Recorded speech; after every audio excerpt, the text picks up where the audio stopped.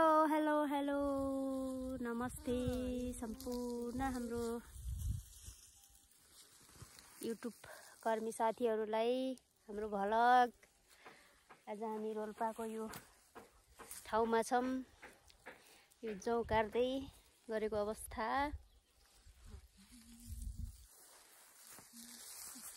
आज हाम्रो दंगाली पाहुना कस्तो भइराछ? राम्रो भइरहेछ यहाँ जौ काट्न। राम्रो भएको छ।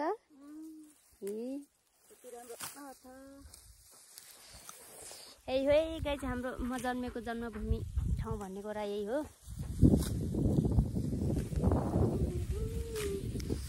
सिरी सिरी हावा चाल्यो मेरो माइती गाउँ। हामी जौ काट्न लागेको अवस्था।